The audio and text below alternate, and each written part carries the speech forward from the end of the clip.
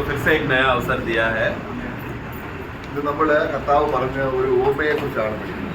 आज हम लोग प्रभु ने जो पहाड़ी में जो दृष्टांत के विषय में प्रभु बात किया था उसके विषय में हम पढ़ेंगे। एक दृष्टांत को हम पढ़ेंगे।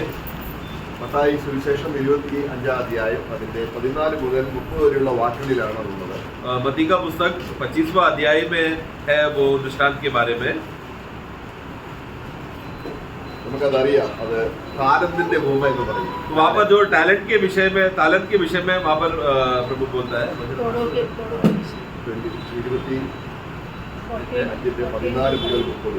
14 से लेकर 30 तक है वो भागों में है टैलेंट का विषय। നിങ്ങളത് പഠിച്ചിട്ടുണ്ടെന്ന് എനിക്കറിയാം. और आप लोग ये विषय को आपने पढ़े हैं करके मैं विश्वास करता हूँ। എങ്കിലും ഒന്നും കൂടെ നമ്മളൊന്ന് അത് എന്താണ് പല വ്യാഖ്യാനങ്ങളുണ്ട്, അതുകൊണ്ട് നമുക്ക് ഒന്നും കൂടെ അതൊന്ന് റിവ്യൂ ചെയ്യാം. इस विषय में बहुत से अलग अलग रीति से भाई लोग परिभाषा करते हैं इसके लिए, परंतु हम लोग वचन के अनुसार हम देखेंगे इसका अवस्था क्या है करके। ആദ്യമായിട്ട് കർത്താവ് എന്താണ് ഉപമകൾ പറയുന്നത് എന്നുള്ളത് നമുക്ക് നോക്കാം. എന്തുകൊണ്ടാണ് കർത്താവ് ഉപമ പറയാൻ കാരണം? सबसे पहले बात हमें यह समझना है कि प्रभु हमेशा ज्यादा भी करके दृष्टांतों में क्यों बात करता था। ऐसा क्या कारण था कि प्रभु को दृष्टांत में बात करना पड़ा?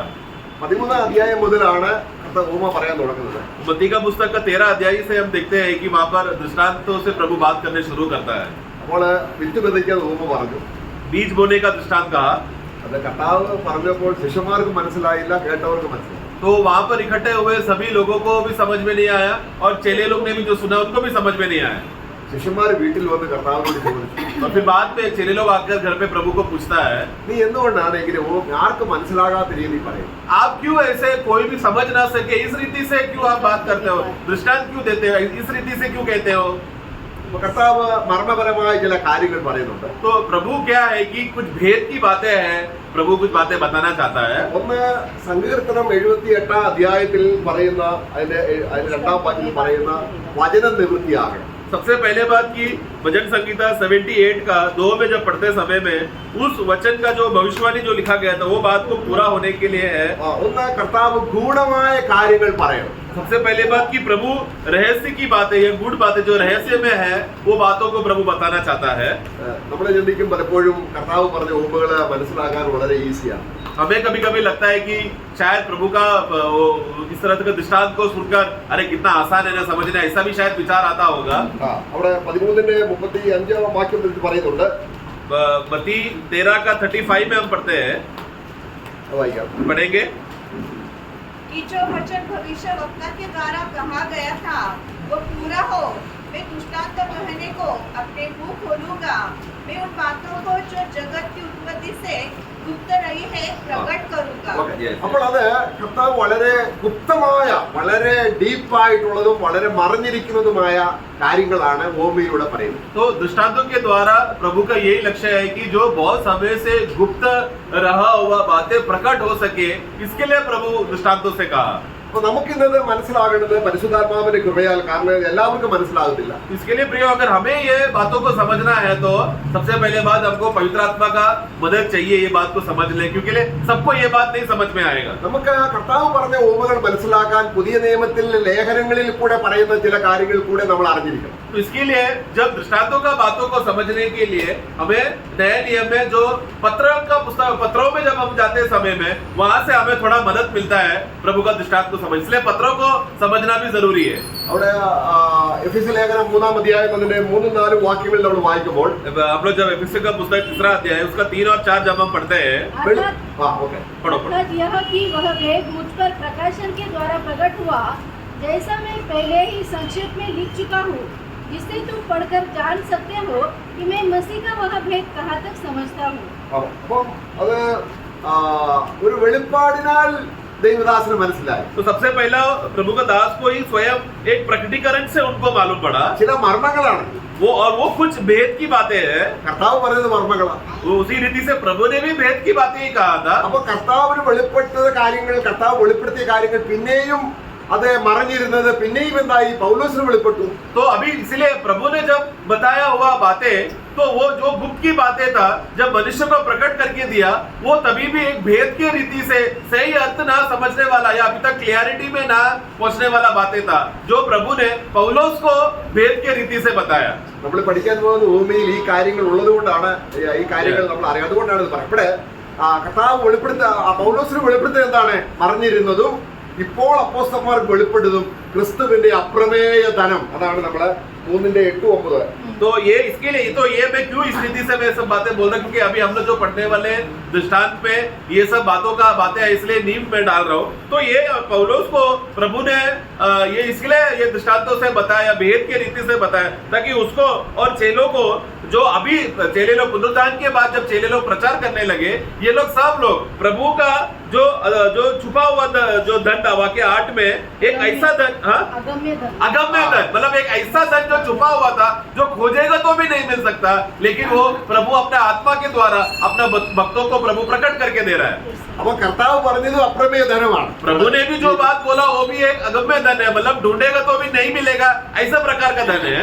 പിന്നെ അതിന്റെ വിശദീകരണം, അതിന്റെ യഥാർത്ഥമായിട്ടുള്ള വിശദീകരണം എന്താണെന്ന് പിന്നെ ലേഖനങ്ങൾ വായിക്കുമ്പോഴാണ് നമുക്ക് ആത്മാവ് വെളിപ്പെടുന്നത്. तो परंतु प्रभु ने जो बताया वो वेद की बात या वो गुप्त की बात, हम लोग जब पत्रों में जब पढ़ते समय में आत्मा की मदद से उस बातों का थोड़ा और क्लियरिटी, थोड़ा और समझ हमको समझ में आने लगता है. അപ്പം ഉപമയാൽ പറയുന്നത് എന്താണെന്ന് ചോദിച്ചപ്പോൾ കർത്താവ് ശിഷ്യന്മാരോട് പറയുകയാണ്. മത്തായി 13:11 വാക്യത്തിൽ നമുക്ക് വായിക്കാം. लोग इसलिए जब प्रभु को जब पूछा गया कि आप दृष्टांतों से क्यों बात करते हो करके, उसके लिए प्रभु ने मत्ती का सुसमाचार 13:11 में प्रभु जवाब दिया. वो वाक्य पढ़ेंगे. उसने उत्तर दिया, उनको स्वर्ग के राज्य के भेदों की समझ दी गई है, पर उनको नहीं. അപ്പോൾ ഈ പറയുന്ന കാര്യം എന്താണ്? मतलब प्रभु जो बताने जा रहा है वो क्या बातें हैं? ഭൂമിയിലെ കാര്യമല്ല. सबसे पहली बात ये भूमि की बातें नहीं है, സ്വർഗരാജ്യത്തിന്റെ കാര്യമാണ്. बल्कि ये परमेश्वर का राज, स्वर्ग राज्य के बारे में है. അപ്പൊ അത് ഭൂമിയിലുള്ള കാര്യങ്ങൾ പറഞ്ഞാൽ മനസ്സിലാവത്തില്ലെങ്കിൽ പിന്നെ എങ്ങനെ സ്വർഗരാജ്യത്തിലെ കാര്യങ്ങൾ പറഞ്ഞാൽ മനസ്സിലാവും? इसलिए प्रभु जब बातें करता था लोगों को जल्दी समझ में नहीं आता, इसलिए प्रभु कहता है मैं भूमि की बातें बोलता हूँ तो तुमको समझ में नहीं आता, स्वर्ग की बातें बोलेगा तो कैसे समझोगे? അപ്പോൾ അത് നിങ്ങൾക്ക് മനസ്സിലാകും. परंतु यहाँ पर क्या लिखा है? परंतु वो तुमको समझेगा, तुम लोगों को वो दिया गया है, മറ്റുള്ളവർക്ക് അറിയില്ല. दूसरों के लिए नहीं, उन लोगों के लिए नहीं. മറ്റുള്ളവർ ആരാണ്? उन लोग मतलब कौन लोग? സ്വർഗരാജ്യത്തിന് യോഗ്യരാകാം. मतलब जो स्वर्ग राज्य के लिए योग्य नहीं है. അപ്പൊ ആരൊക്കെ യോഗ്യരായോ पर इसलिए जो कोई भी योग्य हो चुका है, അവർക്കത് മനസ്സിലാക്കി കൊടുക്കാൻ കർത്താവ് വളരെയധികം ആഗ്രഹമുള്ളവരാണ്. तो ये प्रभु का चाहत है कि जो कोई भी प्रभु के राज्य के हो चुके हैं, प्रभु का अपने दिल से ये चाहता है कि ये लोग अच्छी रीति से ये समझे कि ये बात, ये भेद की बात क्या है. പക്ഷെ സ്വർഗരാജ്യത്തിൽ ഒരു പ്രത്യേകതയുണ്ട്. परंतु स्वर्ग राज्य की खासियत है, ഇത് നന്നായി അറിഞ്ഞവരുണ്ട്, അറിഞ്ഞതുപോലെ ഭാവിക്കുന്നവരുണ്ട്. स्वर्ग राज्य में हमें 2 प्रकार के लोग मिलेंगे. एक ऐसे लोग जिसने सचमुच ग्रहण करके समझा है कि ये राज्य का भेद ऐसा है करके, और दूसरे प्रकार के लोग जो सिर्फ नाटक करके बता रहे हाँ मैं समझा, अच्छा था, ऐसा अच्छा था. കാരണം അതേ ദൈവരാജ്യം സ്വർഗരാജ്യം വന്നു. क्योंकि अभी ऐसा विश्वासी लोग, वो लोग कैसे तो वो लोग राज्य में प्रवेश कर बैठे, പക്ഷെ ഗ്രഹിച്ചോ ചോദിച്ചാൽ ഗ്രഹിച്ചു എന്ന് പറയും. और पूछे कि अरे समझा क्या राज्य का भेद, वो लोग बाहर से बोलेंगे हाँ समझा. പക്ഷെ അത് നമ്മള് യെശയ്യാവിന്റെ പുസ്തകം 29 അധ്യായം വായിക്കട്ടെ. ഇങ്ങനെയാണ്. ऐसा 29 में इस रीति से पढ़ते हैं.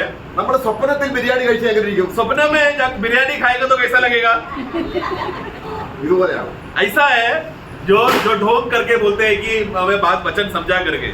അപ്പം അവിടെ ലൂക്കോസ് സുവിശേഷം നമ്മൾ വായിക്കുമ്പോൾ लूका का सुसमाचार में जब हम पढ़ते हैं, അതിന്റെ 8-ാം അധ്യായം 18-ാം വാക്യം, 8:18 में पढ़ते हैं, അതുകൊണ്ട് इसलिए നിങ്ങൾ എങ്ങനെ കേൾക്കുന്നു എന്ന് तुम लोग മനസ്സിലാക്കണം. जिस रीति पढ़े, इसलिए चौकस रहो, हाँ. तुम किस रीति से सुनते हाँ, हो, किस रीति से तुम सुनते हो. ഇത് പത്രവാർത്ത നടത്തുന്ന പോലെ കേൾക്കുന്ന കാര്യമല്ല. मतलब ये कोई समाज पेपर बांटा जा रहा है और सब लोग आके पढ़ के पेपर पढ़ रहे हैं, अरे ये ऐसा बात है क्या, ऐसा फैलाकर बताने वाला बातें नहीं है. ലോകത്തിലെ ഒരു കാര്യവുമല്ല. और संसार का कोई भी समाचार का बात नहीं है. ആർക്കും മനസ്സിലാകത്തില്ല. ये कोई भी भूमि के किसी को भी समझ में नहीं आएगा, എന്നാൽ നിങ്ങൾക്ക് മനസ്സിലാവും. परंतु तुमको राज्य का ये बात समझने का कृपा मिला है. അത് ഗ്രഹിക്കുന്നവന് കിട്ടിക്കൊണ്ടേയിരിക്കും. और ये इसका तत्व क्या है? राज्य का ये भेद का बात जिन जिन लोगों को समझते रहेगा उनको और ज्ञान प्रभु देते रहेगा. പക്ഷേ കിട്ടി എന്ന് തോന്നുന്നവരെ ഉള്ളത് കൂടെ എടുത്തു കളയും. परंतु जिन लोगों ने ये सोचा कि मैं समझ रहा हूं करके और बाहरी रीति से नाटक किया, उनको जो लगा कि उनको जितना मिला है करके उनका वो भी छीन लिया जाएगा। മത്തായി 13:12 വായിക്കുമ്പോൾ मत्ती का 13 का 12 में जब हम पढ़ते हैं, ഉള്ളവന് കൊടുക്കും, पढ़ेंगे 13 का 12, क्योंकि जिसके पास है उसे दिया जाएगा, उसके पास बहुत हो जाएगा, हाँ। और जिसके पास कुछ नहीं है, हाँ। उससे जो कुछ उसके पास हाँ। है वो भी ले लिया जाएगा। അവന് ഉണ്ടെന്ന് അവിടെ ലൂക്കോസ് സുവിശേഷം 8-ാം അധ്യായത്തിന് 18-ാം വാക്യത്തിൽ വായിച്ചത്, लूका का पुस्तक 8:18 में जब हमने पढ़ा, ഉണ്ടെന്ന് തോന്നുകയാണ് അവന്. तो ऐसा लोग हैं जिनको उनको लगा कि मेरे पास ये सब बातें है करके, അതാണ് എടുത്തു കളയുന്നത്. तो उसको जो लग रहा था उसके पास है वही वो छीन लिया जाएगा। നമ്മൾ ശരിക്ക് അത് കേട്ട് ഗ്രഹിച്ച് അത് സന്തോഷിച്ച കാര്യം എടുത്തു കളയാൻ പറ്റത്തില്ല. इसीलिए परंतु जो विश्वासी सचमुच सही आत्मा के बातों से, उसको आत्मा की मदद से जब उसने सुना और आत्मा की मदद से ग्रहण किया, वो बातों को प्रभु कभी छीनेगा नहीं। ഇതിന്റെ ഈ സ്വർഗരാജ്യത്തിൽ ചെല്ലാത്ത ചിലരുണ്ട്. और कुछ लोग ऐसे भी रहेंगे जो राज्य में नहीं पहुंचे रहे हैं, അവർ ഗ്രഹിച്ചെന്ന് പോലും പറയുന്നില്ല. वो लोग तो ये भी नहीं बोल सकते कि हमने कुछ बातें ग्रहण किया करके। അവിടെ നമ്മൾ വായിക്കുകയാണ്, അവർ അവർ ഗ്രഹിക്കാതിരിക്കേണ്ടതിന്. कुछ लोग को हम पढ़ते हैं कि എന്തിനാണ് ഊമ പറയുന്നത്? 13:13 13 का 13 पढ़ेंगे, मैं उनसे दृष्टांतों में इसलिए बातें करता हूँ हाँ। कि वे देखते हुए नहीं देखते, हाँ। देखते हुए नहीं देखते और सुनते हुए नहीं सुनते, हाँ और नहीं समझते। हाँ, तो ये किनके बारे में है? जो राज्य में नहीं प्रवेश करेंगे। तो इन लोगों का अवस्था क्या होगा? ये लोग समझ ही ना पाए उस अवस्था में रहेगा। 3 ക്ലാസ് കണ്ട 3 കൂട്ടർ 3 कैटेगरी के लोगों का आपने देखा ना, അവർക്ക് മനസ്സിലാകത്തേ ഇല്ല. बोले एक झुंड है जो समझ में ही नहीं आता, ചിലരാണെങ്കിൽ മനസ്സിലായെന്ന് ഇത്രയൊക്കെ അറിയാം, कुछ लोग हैं कि जो समझकर कुछ बातें उन लोगों को मालूम है, പക്ഷെ സ്വർഗത്തിൽ ചെല്ലുമ്പോൾ അത് കിട്ടിയെന്ന് തോന്നുന്നു ഇല്ലാതെ പോകും. तो वो लोग सोच रहे थे कि मुझे कुछ मिलेगा करके, ऐसा सोच के वो लोग स्वर्ग में गया, लेकिन उधर जाकर मालूम पड़ा वो लोग जो सोच रहा था कि ये मेरा है करके, वो सब छीन कर किसी और को दिया जाएगा। കിട്ടിയവനെ ഇരട്ടി കിട്ടുകയും ചെയ്യും. और जिसको सब कुछ सचमुच सही रीति से ग्रहण किया है, उसको जो मिल चुका था उसको अभी दुगना भी मिलेगा। അപ്പൊ നമ്മൾ അതിന്റെ ഒരു വിശദീകരണത്തിലേക്ക് പോവുകയാണ്. तो अभी इस विषय का थोड़ा गहराई में अभी हम डायरेक्ट दृष्टांत में जा रहे हैं। अभी നിങ്ങൾക്ക് അതറിയാം, നമ്മളത് മുഴുവൻ വായിക്കേണ്ട ആവശ്യമില്ല. अब ये पूरा वाक्य पढ़ने का जरूरत नहीं है, आप लोगों को बहुत बार पढ़े हैं आप लोग ये बातें को। നമുക്കത് മനസ്സിലാകാനായിട്ട് 4 ഭാഗമായിട്ട് തിരിക്കാം. इसके लिए ये मत्ती का पुस्तक उसका 25 का 14 से 30 का ये भाग को 4 भाग में हम उसको विभाजन करने वाले हैं। അവിടെ ധനികനായ ഒരു വീട്ടുടയവൻ, सबसे पहले व्यक्ति को हम देखते हैं कि एक धनवान, 25-ാം അധ്യായത്തിന്റെ 14-15 വാക്യം 14 और 15 में पढ़ते समय में मालूम पड़ता है। രണ്ടാമത് നമ്മൾ കാണുന്നത്, बस तो दूसरा भाग हम देखते हैं, ഈ ധനികനായ മനുഷ്യൻ തന്റെ താലന്തുകൾ കൊടുക്കുകയാണ് തന്റെ ദാസന്മാർക്ക്. तो अभी ये धनवान क्या करता है, क्योंकि अभी वो बाहर जाने वाला है, इसलिए वो अपना गुलामों को बुलाकर कुछ टैलेंट को देता है। അപ്പൊ അത് 16 മുതൽ 18 വാക്യങ്ങൾ വായിക്കും. അവരത് എങ്ങനെ കൈകാര്യം ചെയ്തു, वो 16 से लेके 18 तक पढ़ते समय में कैसा वो लोग इसका व्यवहार करना चाहिए करके ये दूसरा भाग में हम देखते हैं। ഇനി അതേ സ്വർഗത്തിൽ ന്യായാസനത്തിൽ അവരെ ന്യായം വിധിക്കും, അവരെങ്ങനെ കൈകാര്യം ചെയ്തു എന്നുള്ളത്. अभी आगे फिर हम देखते हैं कि अभी राज्य में जब प्रभु उनको बुलाकर स्वर्ग में बुलाने के बाद न्यायासल में बुलाकर ये लोगों ने कैसा लेन देन किया उस पैसे को, वो उनका विचार, उसका न्याय किया जाएगा। നാലാമത്തെ ഡിവിഷൻ, और फिर चौथा भाग, ഈ കൊടുത്ത താലന്ത് പ്രയോജനപ്പെടുത്താത്ത ഒരു ദാസൻ അവിടെ ഉണ്ട്. वहां पर एक व्यक्ति को हम देखते हैं कि एक गुलाम को, दास को हम देखते हैं जिसको तालेंट प्रभु दिया, मतलब उसको पैसा दिया था, परंतु उसने उसका सही रीति से इस्तेमाल नहीं किया। താലന്ത് കൊടുക്കുന്നത് എവിടെയാണ്? तालेंट कहाँ दे रहा है? ഭൂമിയിലാണ്. भूमि में। എന്നാൽ അത് കൈകാര്യം ചെയ്യുന്ന വിധം പരിശോധിക്കുന്നത് എവിടെയാണ്? परंतु उस व्यक्ति ने कैसा उसका व्यवहार किया, वो लेन देन कैसा किया, उसका न्याय का बातें कहाँ परखा जा रहा है? स्वर्ग में, ദൈവത്തിന്റെ അതേലെ മധ്യാകാശം, या मध्याकाश में। അതിനാണ് നമ്മൾ ക്രിസ്തുവിന്റെ കൃപാസനം എന്ന് പറയുന്നത്. ഭീമാ സീറ്റ്. इसको हम लोग कहते हैं कि विश्वासियों का न्याय करने वाला मसीह का सिंहासन या भीमा सीट। അപ്പൊ നമ്മൾ ചെറുപ്പം ചെയ്തിട്ടുണ്ടെങ്കിൽ വിശ്വാസികൾക്ക് ന്യായവിധി ഉണ്ടോ? तो कभी कभी हम लोग ऐसा सोचते हैं ना, विश्वासियों को न्याय होगा क्या? വിശ്വാസിക്ക് ന്യായവിധി ഇല്ല. तो न्याय का जो विधि का रीति का जो अर्थ है वैसा नहीं है, ഒരു പാപി എന്ന നിലയിൽ നമ്മുടെ ന്യായവിധി ക്രൂസിൽ കഴിഞ്ഞു. क्योंकि न्याय का जो विधि जो मनुष्य जात के ऊपर था, जो पापियों के ऊपर था, वो एक विश्वासी से प्रभु हटाकर क्रूस में उसको खत्म कर दिया है। നമ്മളിപ്പോൾ ആരാണ്? इसलिए अभी हम लोग कौन है? ദൈവമക്കളാണ്. परमेश्वर के संतान हो चुके हैं। ദൈവമക്കൾ എന്ന നിലയിൽ तो परमेश्वर के संतान होने की वजह से നമുക്കിനി ന്യായവിധി. तो हमको वो न्याय का विधि नहीं जो परमेश्वर ने पापियों को, मनुष्य जात को नियुक्त करके रखा है। എന്നാൽ ഇവിടെ നമ്മൾ എന്താ വായിച്ചത്? परंतु यहाँ पर अभी हम क्या पढ़ते हैं? ദൈവം ആരെയാണ് ന്യായം വിധിക്കുന്നത്? मसीह अभी किसका न्याय करेगा? തന്റെ ധനം കൊടുക്കപ്പെട്ട വാങ്ങിയ दासन्मार। मतलब यहाँ पर अभी विधि, मतलब यहाँ पर प्रभु अभी वहाँ पर परखा जा रहा है, विश्वासियों को वहाँ पर देखा जा रहा है किन लोगों के ऊपर प्रभु उनके साथ कार्य करने वाला है। उस गुलामों के साथ जिसको प्रभु ने टैलेंट दिया था लेन देन करने के लिए, पैसा दिया था लेन देन करने के लिए, उसका वो लोग ने कैसा इस्तेमाल किया, वो बात का हिसाब उनसे मांगा जाएगा। अब നമുക്ക് ന്യായവിധി ഉണ്ടെന്ന് പറഞ്ഞാൽ तो अभी इसीलिए विश्वासियों को जब न्याय है करके अगर जब हम ये बात को समझते समय में, പിതാവിന്റെ മുമ്പിൽ നമ്മൾ ദൈവമക്കളാണ്, നമുക്ക് ന്യായവിധി ഇല്ല। तो पिता परमेश्वर की उपस्थिति में क्योंकि हम लोग संतान हो के वजह से परमेश्वर का न्याय कभी भी विश्वासियों के ऊपर नहीं आएगा। എന്നാൽ परंतु ക്രിസ്തു യജമാനൻ എന്ന നിലയിൽ परंतु मसीह जो हमारा मालिक है, തന്റെ ദാസന്മാർക്ക് കൊടുത്ത കാര്യങ്ങൾ, उसने अपने गुलामों को जो बातें उसने जिम्मेदारी के सौंपा गया था, അതെങ്ങനെ കൈകാര്യം ചെയ്തു, उसने वो लोग ने ऐसा, इसलिए गुलामों ने किस रीति से उसका व्यवहार किया, നല്ലവനും വിശ്വസ്തനുമായി കൈകാര്യം ചെയ്തവർക്ക് जो एक अच्छा और विश्वास योग्य दास जिसने अच्छे रीति से व्यवहार किया, പ്രതിഫലം കിട്ടാനുള്ള ഒരു ന്യായവിധിയാണ്।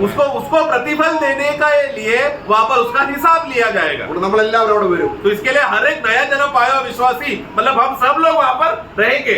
അപ്പോൾ ഇവിടെ പറയുന്ന 5 താലന്ത് കിട്ടിയ ഒരു വ്യക്തി, तो यहाँ पर हम देखते हैं एक व्यक्ति को 5 टैलेंट मिला, 2 താലന്ത് കിട്ടി, फिर 2 टैलेंट मिला, 1 താലന്ത് കിട്ടി। और 1 ही टैलेंट मिला। നമ്മൾ ഏത് കാറ്റഗറിയിൽ പെടും എന്നുള്ളത് ഇവിടെ വെച്ച് തന്നെ നമുക്കൊരു ധാരണ ഉണ്ടായിരിക്കണം। तो इसके लिए सबसे पहला बात, हम लोग ये 3 दासों में से कौन सा भाग में हम हैं? हम लोग 5 मिलने वाला ग्रुप में है क्या, 2 मिलने वाले में है क्या, 1 मिलने वाले का है क्या, इसका किसका दल में है करके ये आज ही यहाँ पर नया जन्म पाने अभी भूमि में आपको समझना जरूरी है। കർത്താവ് ഊമയാണ് പറയുന്നത്। यहाँ पर प्रभु भले ही दृष्टांत में बात कर रहा हो, നമ്മൾ മറ്റുള്ള വേദപുസ്തക ഭാഗങ്ങൾ എടുത്തുകൊണ്ട് നമ്മൾ ഇനി അതിനെ മനസ്സിലാക്കാൻ ശ്രമിക്കുകയാണ്। നമുക്ക് വളരെ ക്ലോസ് ആയിട്ട് വരാം। तो इसके लिए प्रिय, और हम लोग अभी क्या कर रहे हैं, ये दृष्टांतों को प्रभु ने हमको दिया हुआ वचन के अलग अलग भागों से ये बातों को, ये तत्वों को, भेद की बात को समझकर इसका सही अर्थ समझने के लिए कोशिश कर रहे हैं। 25ന്റെ 14 വാക്യം വായിക്കാം।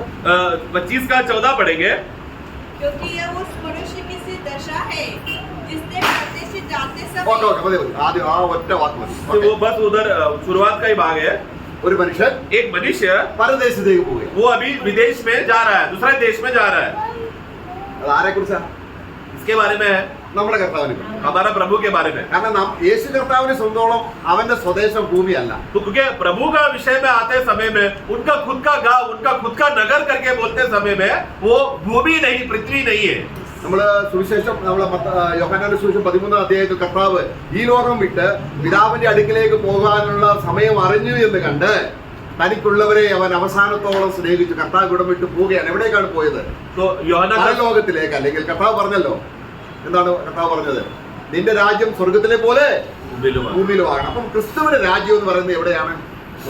तो यूहन्ना का सुसमाचार 13 अध्याय में वहां पर पढ़ते समय में वहां पर प्रभु कहता है कि जब उसने देखा कि उसका समय निकट आ गया कि भूमि को छोड़कर स्वर्ग जाने का, ऐसा समय जब निकट आया तो उसने जिसको चेले लोग जितने मिले थे उन सबको उसने दिल से उसने प्रेम किया। तो वहां पर विषय क्या है? प्रभु को मालूम है कि उसका समय आ गया, मतलब कहां पर? अपना स्वयं का वतन में, अपना घर में जाने के लिए, जो प्रभु का घर स्वर्ग में। इसलिए प्रभु ने खास रीति से जब चेलों को प्रार्थना करने सिखाते समय में क्या बोला था? हे स्वर्गीय पिता, तेरा इच्छा जो स्वर्ग में है वो भूमि में भी आए। तो मतलब प्रभु जो स्वर्ग की बातें सोचने वाला, स्वर्ग में रहने वाला, वो है उनका असली गांव, उनका असली घर।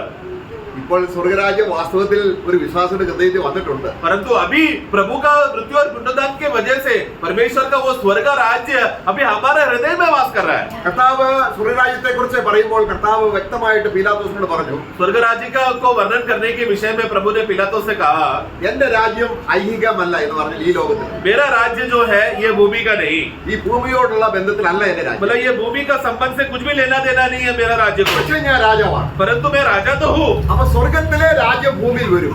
परंतु इसीलिए स्वर्ग का राज्य भूमि पर आएगा।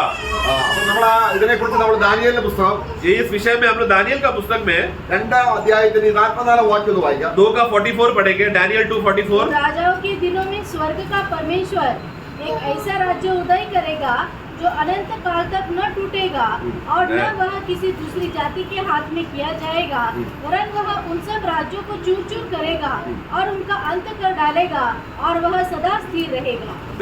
അപ്പൊ നമ്മൾ നേരത്തെ വായിച്ചു, നിങ്ങൾക്ക് മനസ്സിലാവുമെന്ന് പറഞ്ഞപ്പോൾ ആരെ കുറിച്ചാണ്? तो प्रभु ने जब कहा कि तुमको ये भेद समझ में आएगा करके बोलते समय में, वो तुम लोग कौन है?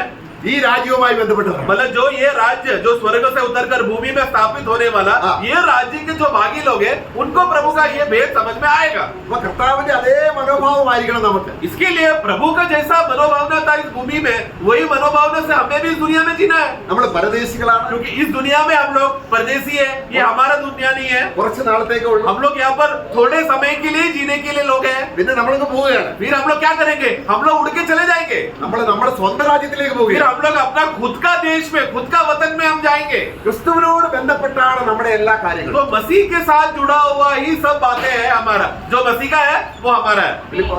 ഫിലിപ്പിയ ലേഖനം 3:20 എന്താ വായിക്കുന്നത്? फिलिप्पियों का पुस्तक 3:20 में हम क्या पढ़ते हैं? നമ്മുടെ സിറ്റിസൺഷിപ്പ്, പൗരത്വം, हमारा नागरिकता स्वर्ग का है, स्वर्ग का है। मैं അല്ലെ? നമ്മുടെ പൗരത്വം എവിടെയാണ്? हमारा नागरिकता कहाँ का है? स्वर्ग का है। मैं പക്ഷെ നമ്മൾ സമ്മതിക്കത്തില്ല. परंतु ये वचन को हम मानने तैयार नहीं है, നമ്മുടെ റേഷൻ കാർഡ് ഉണ്ട്, क्योंकि हमारे पास राशन कार्ड है, ആധാർ കാർഡ് ഉണ്ട്. आधार कार्ड है। നമ്മളൊരു ഇന്ത്യൻ പൗരനാണ് തെളിയിക്കാനായിട്ട് ഇങ്ങനെ നമ്മൾ ധൈര്യമായിരിക്കും. हम लोग यहाँ पर दुनिया में मैं भारत का नागरिक हूँ बोलकर ये बात को स्थापना करने के लिए भाग रहे हैं। കർത്താവിന്റെ കയ്യിൽ തെളിയിക്കാൻ ഒന്നും ഉണ്ടായിരുന്നില്ല. प्रभु के पास तो साबित करने के लिए कुछ भी नहीं था उनके हाथ में। നമുക്കും उसी रीति से हमें भी ഈ ക്രിസ്തു ശിരസായിരിക്കുമ്പോൾ जब मसीह हमारा शिरोमणि बन जाता है, നമ്മുടെ രാജ്യം, നമ്മുടെ സ്വർഗീയന്മാരാണ്. हम लोग स्वर्ग के राज्य के अधिकारी और विरासत के हकदार बन जाते। क्यों? क्योंकि हम लोग स्वर्ग के लोग हैं। പൗലോസ് പുനരുദ്ധാനത്തോടുള്ള ബന്ധത്തിൽ എന്താ പറയുന്നത്? നമ്മൾ 1 കൊരിന്ത്യർ അതിന്റെ 5 അധ്യായത്തിൽ 45 വാക്യണ്ട पहला कोरिन्थी 15 का 45 से हम लोग पढ़ते समय में देखते हैं, पढ़ना नहीं अभी। മണ്ണുകൊണ്ടുള്ളവർ മണ്ണുകൊണ്ടുള്ളവർ, जो मिट्टी के हैं वो मिट्टी के लोग हैं, സ്വർഗീയന്മാരോ. परंतु हम जो स्वर्ग के हैं, हम लोग स्वर्ग के भागी होंगे। ദാനിയേൽ 2:44 വായിച്ച രാജ്യത്വം ആർക്ക് വേണ്ടിയാണ്? तो अभी हमने जो दानियल 2 का 44 में जो पढ़ा हुआ राज्य का वो जो स्थापना होने वाला है, वो किन के लिए है? किस लोगों के लिए है?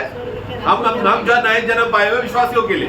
അപ്പൊ അവരോടുള്ള ബന്ധത്തിൽ കർത്താവിനെ സംസാരിക്കാം. तो अभी ये लोग जो ऑलरेडी राज्य के हो चुके हैं, उन लोगों के विषय में प्रभु अभी ये दृष्टांत से प्रभु बात करके कहता है। പരദേശത്തേക്ക് പോകുന്നതിന് മുമ്പായിട്ട് तो प्रभु वापस अपना देश में जाने से पहले തന്റെ ദാസന്മാരെ വിളിച്ചു. अपना गुलामों को बुलाया। മലയാളത്തിൽ ദാസന്മാരെ വിളിച്ചു എന്നാണ്, അങ്ങനല്ല. तो मलयालम में दास करके शब्द आया है। His own servants. 14 जल्दी पढ़ना। ദാസന്മാരെ വേണം. नहीं पूरा पढ़ो। क्योंकि यह उस मनुष्य की सी दशा है आगे, हाँ। जिसने परदेश जाते समय हाँ। अपने दासों को अपने दासों को, देखो ये यहाँ पर ऐसा शब्द में आया, वो अपने खुद के, इंग्लिश में लिखा है अपने खुद के दासों को, उसने प्रिय दासों को बुलाया। ഇതിന്റെ വ്യാഖ്യാനത്തിന് ഈ വേർഡ് വളരെ പ്രധാനമാണ്. तो यहाँ पर इस वचन का ये व्याख्या का बहुत जरूरी है। മലയാളത്തിൽ ദാസന്മാരെ വിളിച്ചു എന്ന് പറയുമ്പോൾ അത്രയും ഇത് പോരാ. तो मलयालम में क्या लिखा मालूम है? वो मालिक ने बस गुलाम दासों को बुलाया, बस उतना ही शब्द आया। अपने खुद के दासों को बुलाया करके वो शब्द नहीं आया, हिंदी में आया है। പഴയ നിയമത്തിൽ 3 തരത്തിലുള്ള ദാസന്മാരുണ്ട്. हम जानते हैं कि पुराने नियम में 3 प्रकार के दासों को 3 विभाजन किया गया है। വിലയ്ക്ക് വാങ്ങിയ ദാസന്മാർ, एक है जिसको दान देकर खरीदे हुए दास लोग, പിന്നെ വീട്ടിൽ ജനിച്ച ദാസന്മാർ, और फिर एक है कि जो घर में खुद के मालिक के घर में पैदा हुआ दास या गुलाम, പിന്നെ മക്കളായിട്ട് ജനിച്ചവരും ദാസന്മാരാണ്. और फिर उस गुलाम के जो भी बच्चे पैदा हो जाते हैं वो लोग भी क्या हो गए? उसके गुलाम का भागी हो जाते हैं।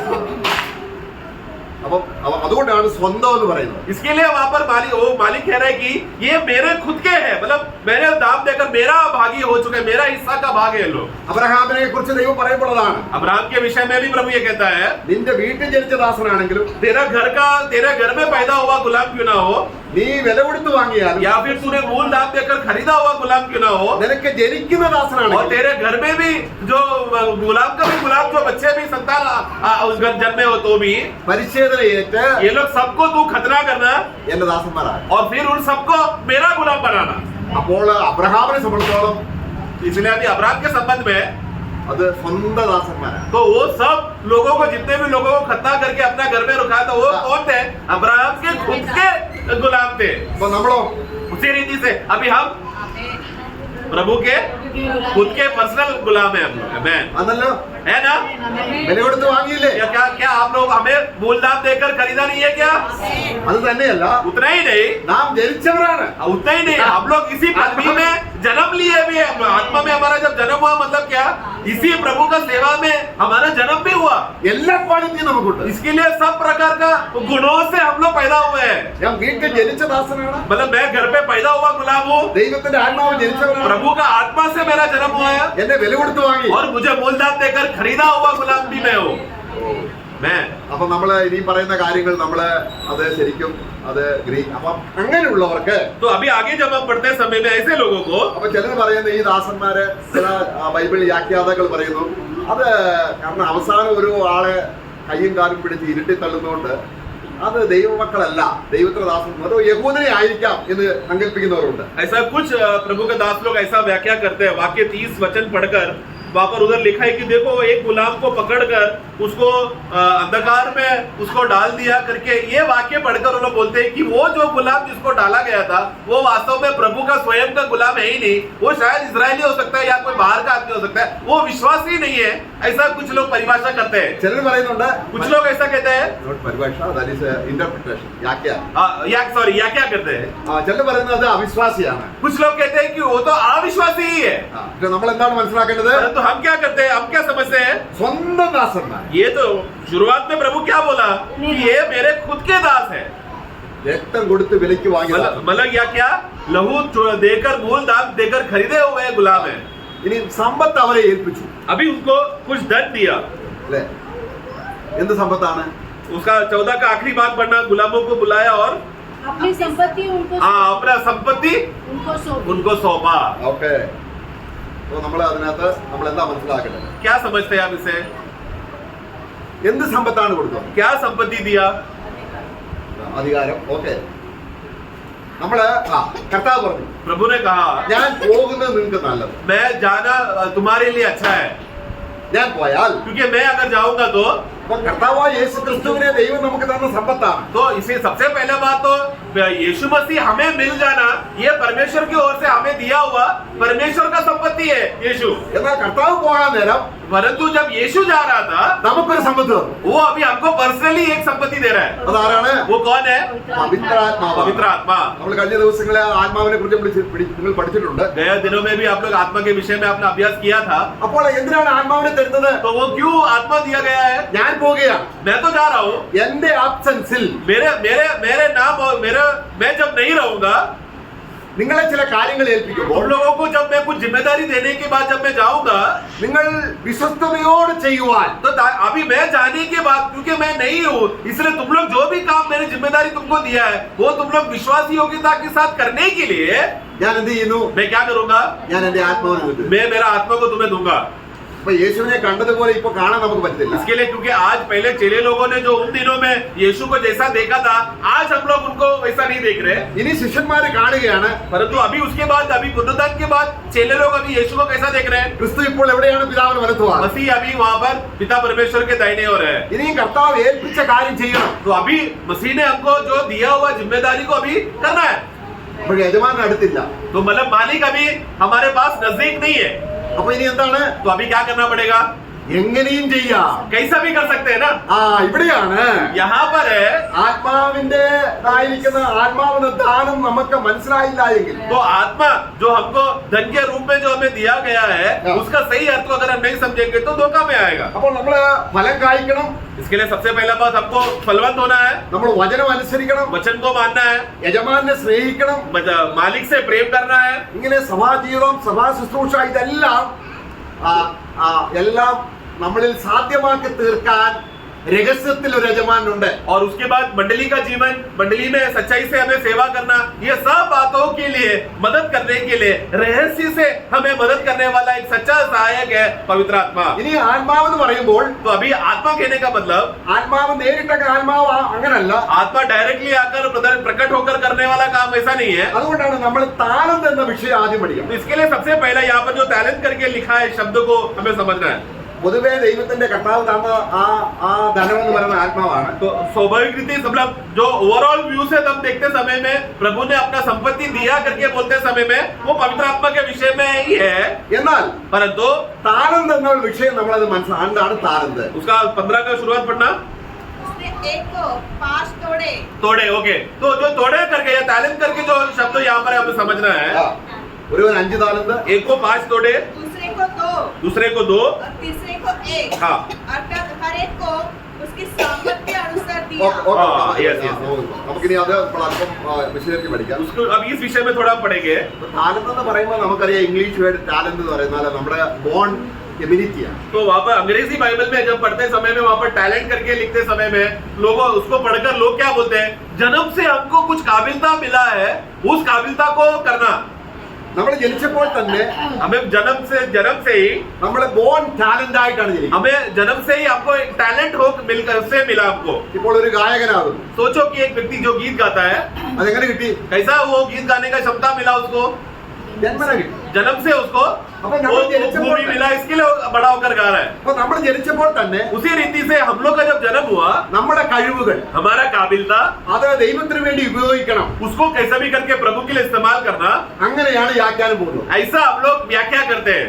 എന്നാൽ ആ അർത്ഥത്തിലല്ല വേദപുസ്തകം परंतु പറയുന്നത്. यहाँ पर वचन को वो अर्थ में नहीं कहा गया है. ഇവിടെ ടാലന്റ് എന്ന് ഉദ്ദേശിക്കുന്നത് यहाँ पर मतलब कोड़े या टैलेंट करके बोलते समय में യഹൂദന്മാരുടെ ഇടയിൽ ഒരു വസ്തു അളക്കുന്ന ആ വെയിറ്റ് നമ്മളിപ്പോ 1 കിലോ ഷുഗർ എന്ന് പറഞ്ഞാൽ പഞ്ചസാര 1 കിലോ, ആ 1 കിലോയ്ക്ക് പറയുന്ന പേരാണ് താലന്ത്. वहाँ पर इजरायली लोग उस समय में उन लोग को जब वजन लेने के लिए जब वो नाम पुकारा जाता, जैसा हमारे यहाँ पर वजन के लिए हमने 1 किलो दो, 1 लीटर में दो करके जब हम लोग वजन को जब हम लोग तोलते हैं, उस तोलने का पदार्थ का नाम है टैलेंट या कोड़े.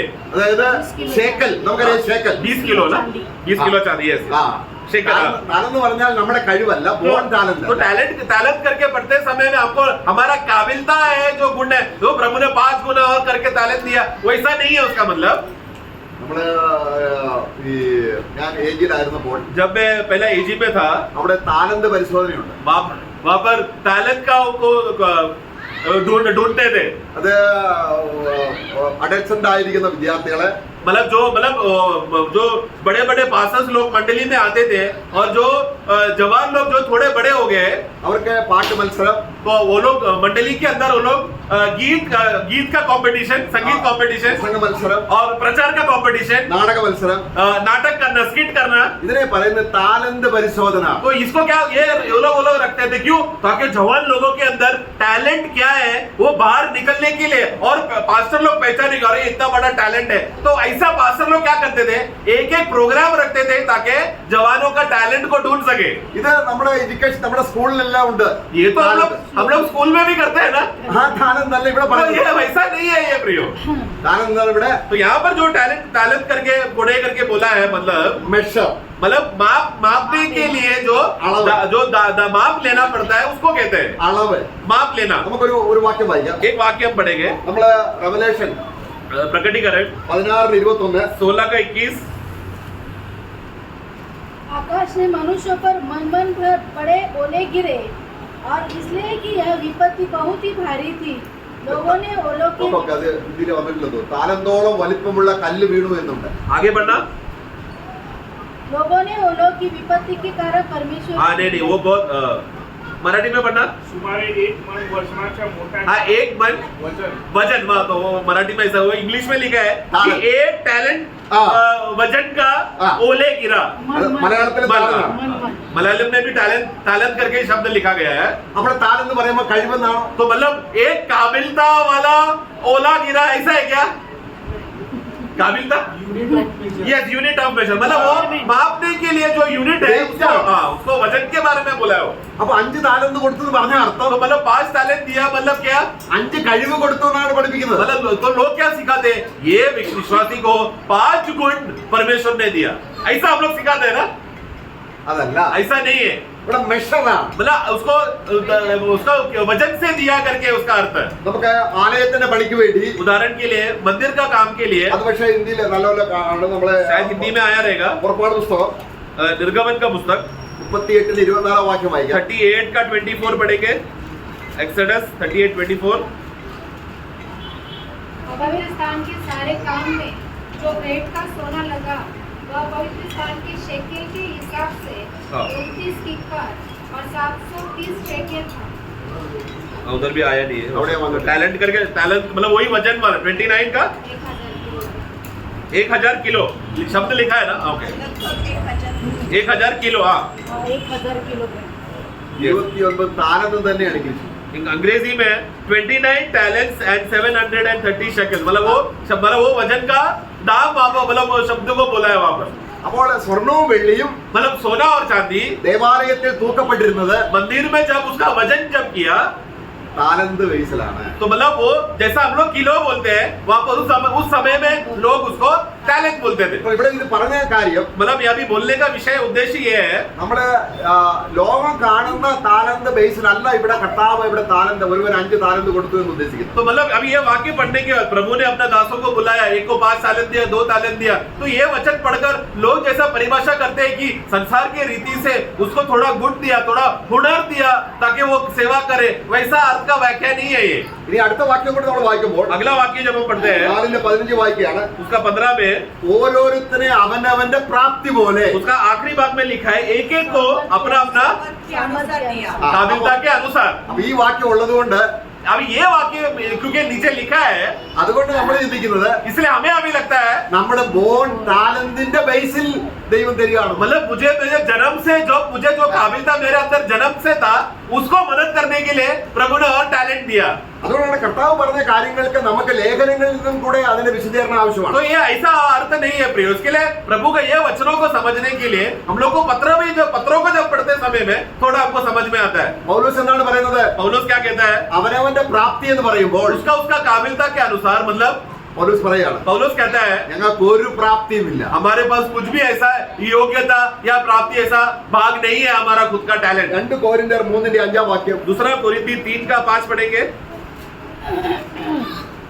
यह नहीं कि हम अपने आप से इस योग्य है कि अपने और से किसी बात का विचार कर सके, पर हमारी योग्यता परमेश्वर की ओर से है। നോക്കുക, നമ്മുടെ പ്രാപ്തി അല്ലെങ്കിൽ ആപ്റ്റ്നെസ്, हमारा योग्यता, हमारा काबिलता, നമ്മുടെ കഴിവ് हमारा जो काबिलता है മനസ്സിലായില്ലേ? അവിടെ എന്താ വായിക്കുന്നത്? समझा क्या आपने क्या पढ़ा अभी हमने? പൗലോസ് കഴിവുള്ളവനല്ലായിരുന്നോ?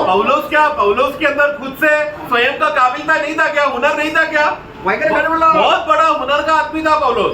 എന്നാൽ परंतु ദൈവത്തിലേക്ക് വന്നപ്പോൾ जब वो मसीह बन गया, मसीह में जब आ गया, സ്വർഗരാജ്യത്തിന് അവകാശിയായപ്പോൾ जब वो स्वर्ग राज्य का मिरास का हकदार जब बन गया, ദൈവം അവനെ വിളിച്ച് परमेश्वर ने उसको बुलाया, 5 താലന്ത് കൊടുത്തു. उसको 5 तालेंट दिया। എന്ന് പറഞ്ഞ അർത്ഥം എന്താണ്? मतलब क्या?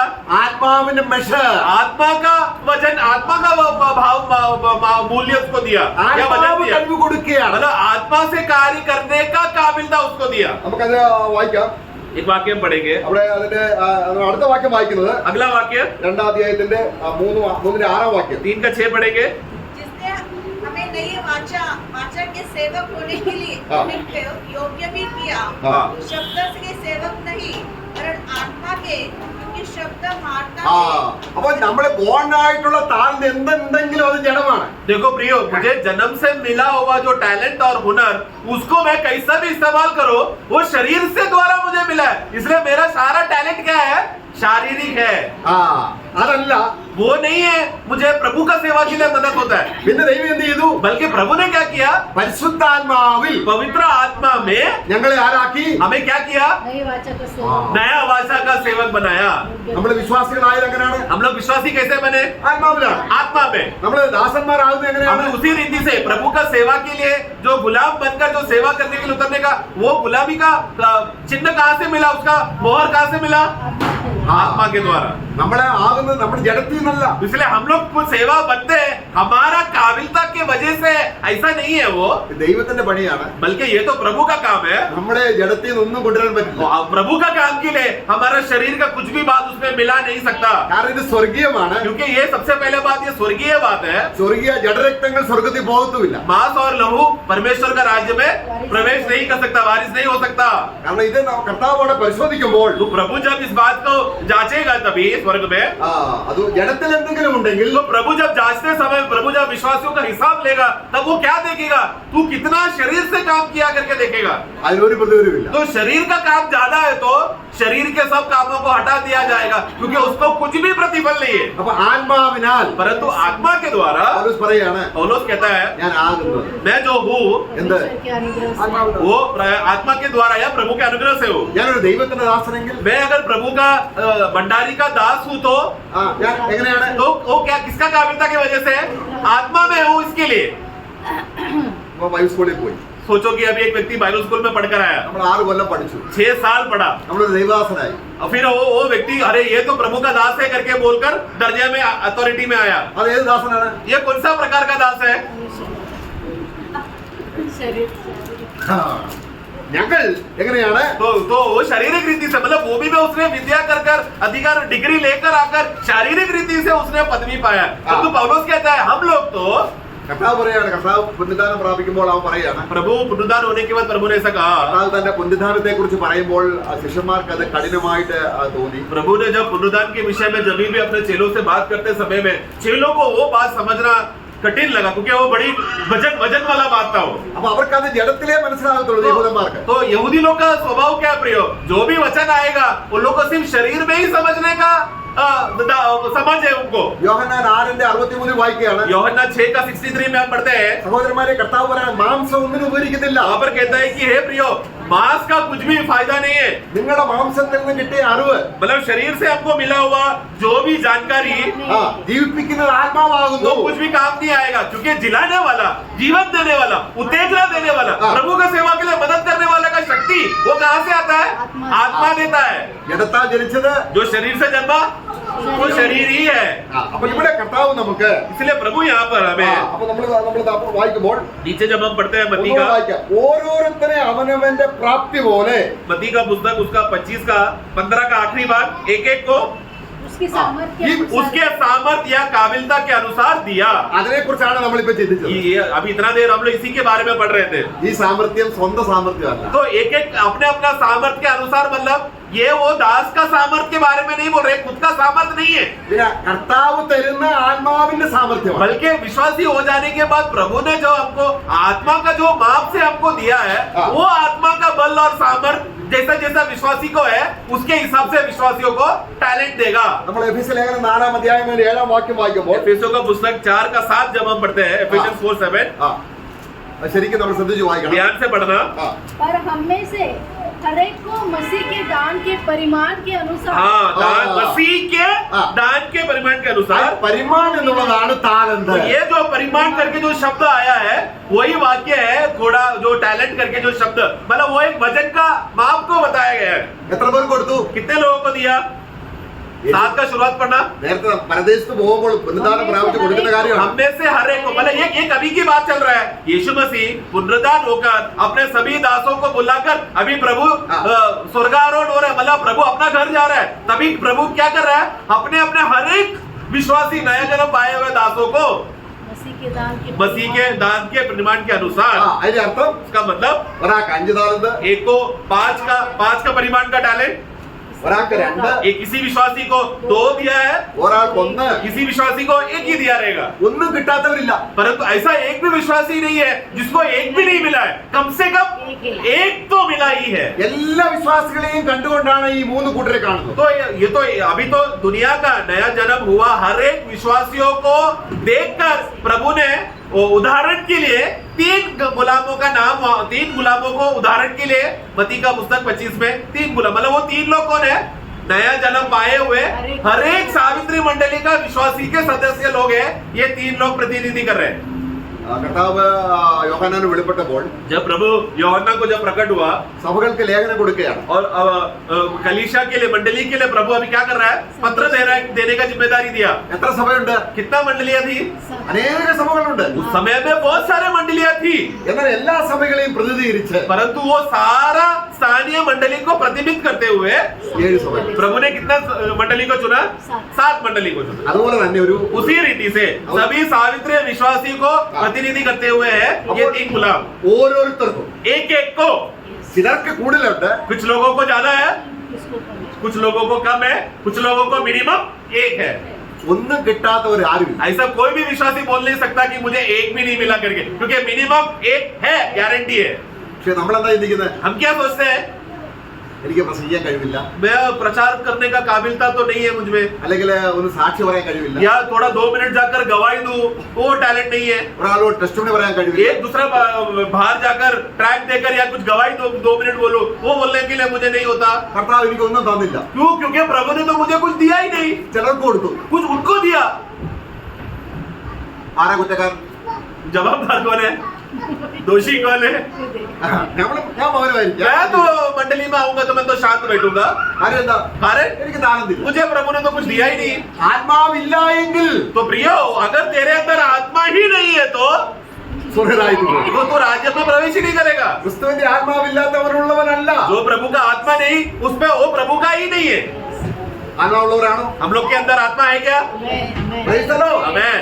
അങ്ങനെയെങ്കിൽ ऐसा है तो ഒരു താരമെങ്കിലും കിട്ടാതിരിക്കില്ല. कम से कम एक टैलेंट का जो माप में प्रभु ने कुछ ना तो कुछ दिया ही रहेगा. നമുക്കറിയണം ഞാൻ എന്താണ് കർത്താവ് എന്നെ ഏൽപ്പിച്ചിരിക്കുന്നത്.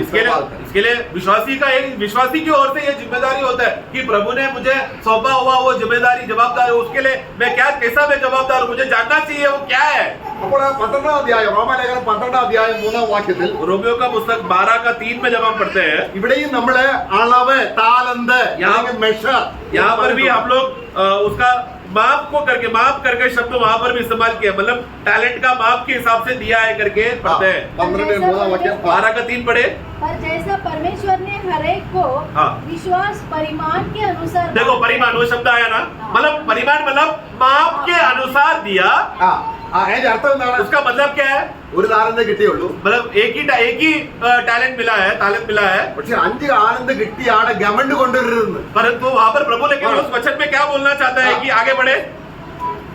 क्योंकि मैं सुबुद्धि के साथ हाँ. अपने को समझे, अपने को समझे. आगे क्योंकि मैं उस अनुग्रह के कारण जो मुझको मिला है हाँ. उनमें से हर एक से कहता हूँ कि जैसा समझना चाहिए हाँ. उससे बढ़कर कोई देखो, जैसा समझना चाहिए उससे बढ़कर कोई भी अपने आप को कुछ ज्यादा ना समझे. मतलब मुझे एक ही टैलेंट मिला है, लेकिन मैं ऐसा व्यवहार कर रहा हूँ मानो मुझे 5 टैलेंट मिला.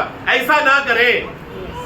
നമ്മള് ഭാവിക്കേണ്ടവര് മേലെ ഭാവിച്ചു വരിക. मतलब हम लोग क्या, जैसा हम लोग मैंने ऐसा किया, वैसा किया, ऐसा बड़ा भावना में ना जाए. അപ്പൊ ആത്മാവിന്റെ നിയന്ത്രണത്തിലല്ല. मतलब वो व्यक्ति आत्मा का नियंत्रण में नहीं है, स्पिरिट ऑफ सेल्फ कंट्रोल में नहीं है वो. കാരണം നമ്മുടെ ജഡം നമ്മൾ ചിന്തിക്കും, क्योंकि हम क्या सोचते हैं, എനിക്ക് കഴിവുണ്ട്, मेरे पास काबिलता तो है ना, പക്ഷെ ആ കഴിവ് അംഗീകരിക്കപ്പെടുന്നില്ല. परंतु ये काबिलता लोग मानते नहीं है. അതുകൊണ്ട് പ്രശ്നം ഉണ്ടാവുക. इसके लिए मंडली में तकलीफ होता है, झगड़ा होता है.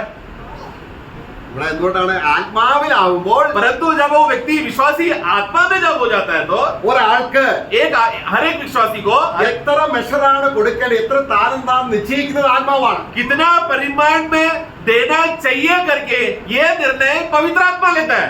നമ്മൾ ചോദിക്കുന്നത് പോലല്ല. मतलब मैं पूछता हूँ कि मुझे 5 किलो दो, 10 किलो दो, ऐसा पूछने से नहीं मिलेगा ये. കാരണം ഇവിടെ ആത്മാവ് നമുക്ക് यहाँ पर पवित्र आत्मा സർവജ്ഞാനിയായിരുന്നുകൊണ്ട് जो सर्वज्ञानी है, അവൻ ആത്മാവ് പങ്കിട്ടതുപോലെ मतलब आत्मा है, अपने भाग्य के हिसाब से भाग करके विभाजित करके देगा. അപ്പൊ നമ്മൾ തിരിച്ചറിയട്ടെ. ये जितना आत्मा ने हमको दिया है वो बात को हमें पहचानना है. ഇവിടെ നമ്മൾ നോക്കുക, यहाँ पर हम देखते हैं താലന്ത് വിഭാഗം ചെയ്യും, അത് കർത്താവ് അളവ് നോക്കുമ്പോൾ प्रभु जब माफ करते समय में और देते समय में, बांटते समय में, അത് കിട്ടിയത് മാത്രം അവൻ വ്യാപാരം ചെയ്താൽ മതി. वो दास को जितना मिला है उसका वजन के हिसाब से ही उसको काम करना है. നമ്മൾ 5 താലന്ത് കിട്ടിയ ആളെ പോലെ ആകെ ശ്രമിക്കരുത്. मतलब मुझे शायद 1 मिला रहेगा, 2 मिला रहेगा, तो मैं काम 5 जिसको मिलेगा वैसा नहीं करना है. ഒന്ന് കിട്ടിയുള്ളെങ്കിൽ अगर एक ही मिला है तो അവൻ എത്ര നേടണം? कितना कमाना है और एक कमाना है. അല്ലെ, 5 നേടാൻ നോക്കരുത്. वो और 5 कमाने जाऊंगा बोलकर अपना घमंड में, अपना सामर्थ में नहीं जाना. ഒന്നും കൂടെ നേടിയാൽ अगर उसने और एक कमा लिया, एक मिला है तो और एक कमा लिया तो 5 നേടിയവനെ പോലെ തുല്യനാണ്. तो वो परमेश्वर के नजर में कौन है कि जिसको 5 मिला और जिसने 5 कमाया, वो एक जिसको दिया उसको 1 मिला, दोनों का समान और रैंक एक ही रहेगा. ഇവിടുത്തെ ഏറ്റവും വലിയ പ്രശ്നം परंतु यहाँ पर सबसे बड़ा तकलीफ ये है, കർത്താവ് ആത്മാവിനെ തന്നപ്പോൾ എന്നിൽ ഒരു ഉത്തരവാദിത്വവും ഏൽപ്പിച്ചില്ല. ഞായറാഴ്ച സാരാനിക്ക് പോവുക, തിരിച്ചു പോവുക, വിശ്വാസമേശി പങ്കെടുക്കുക, തിരിച്ചു പോവുക. विश्वासी का मनोभावना क्या है? सबसे बड़ा दुख की बात, विश्वासी का मनोभावना, प्रभु ने अपना आत्मा का जो बहाव है वो पूरा वजन करके एकदम वजन से हमको विश्वासियों को देने के बाद भी विश्वासी बोलता है कि मुझे तो कुछ भी नहीं मिला. वो आराधना में आता है, माउंट रहता है, चुप रहेगा, उधर इधर देखेगा, प्रभु में इसका टाइम हो गया, चलो ले लो चलो, और फिर खाली रीति से घर जाओ. इस रीति से कुछ भी अपना भाग ना देते हुए खाली होकर जाने का ये अवस्था विश्वासी का दुखदायक अवस्था है. അതാണ് നമ്മൾ അവിടെ പരിശോധിക്കപ്പെടാം. तो ये बात का हिसाब, तू कितना दिन चुप बैठा, उसका हिसाब प्रभु विश्वासियों को, चेले को, अपना गुलामों को पूछेगा. അപ്പൊ നമ്മളെ ഏൽപ്പിച്ച കാര്യത്തെ കുറിച്ച് നമുക്ക് ബോധ്യമുണ്ടോ? इसके लिए प्रियो, हर एक विश्वासियों को कुछ जवाबदारी दिया है, जिम्मेदारी दिया है. क्या ये बोध आप सबको है क्या? നമുക്ക് അഭിഷേകം ഉണ്ടെങ്കിൽ अगर हमारे अंदर अभिषेक है तो കർത്താവ് എന്താണ് നമ്മളെ ഏൽപ്പിച്ചതെന്ന് प्रभु ने हमको क्या सौंपा है करके അത് നമ്മളിൽ വെളിപ്പെടും. वो बात हमारे अंदर प्रकट होगा. അഭിഷേകത്താൽ അത് അറിയും. अभिषेक का सामर्थ के द्वारा हमको मालूम पड़ेगा. വേറെ ആരും പറയാതെ തന്നെ ये कोई बताने का जरूरत नहीं है, നമ്മുടെ പ്രകൃതി അതാണ്. बल्कि हमारा दिव्य प्रकृति जो हमको प्रभु से मिला है वो स्वभाव ही हमें बताएगा. കാരണം ആത്മാവാണ് നമ്മോട് കൂടെ. क्योंकि पवित्र आत्मा हमारे साथ है. അവൻ നമ്മളിൽ ഉറങ്ങാൻ വരുന്നിരിക്കുകയാണോ? अब पवित्र आत्मा हमारे अंदर सोने के लिए आया है क्या? അല്ല, नहीं, നമുക്ക് കിട്ടിയ ആ ദാനത്തിനൊത്തവണ്ണം बल्कि हमें मिला हुआ अगम्य दान, मतलब भंडार का वो दान को, ഈ വരങ്ങളെ ये इस दानों को प्रभु का काबिलता में हमें कार्य करने के लिए, എന്നാൽ ആത്മാവിന്റെ ഈ കഴിവിനെ और मतलब आत्मा को जो हमें मिला, ताकि आत्मा की काबिलता जो हमको मिला है वो करने के लिए അപ്പോൾ ഇത് നമ്മൾ രണ്ട് കാര്യങ്ങളാണ്. ഒന്ന്, दो बातें हैं. एक है ഈ ആത്മാവിന്റെ ഈ ദാനം आत्मा का ये दान, നീങ്ങി പോകുന്നതുണ്ട്. एक हटने वाला दान भी है, मतलब ज्यादा टाइम तक नहीं रहता, थोड़े समय के लिए आया था. കർത്താവ് വരുന്നത് വരെ നിൽക്കുന്നതുണ്ട്. और दूसरा एक ऐसा भी दान है जो प्रभु के आगमन तक बने रहने वाला दान है. നമുക്ക് അതെല്ലാം വിശദമായിട്ട് നമുക്ക് ഇപ്പോൾ നമുക്കത് സമയമില്ല. सब समय नहीं है इसलिए मैं सब नहीं लूंगा.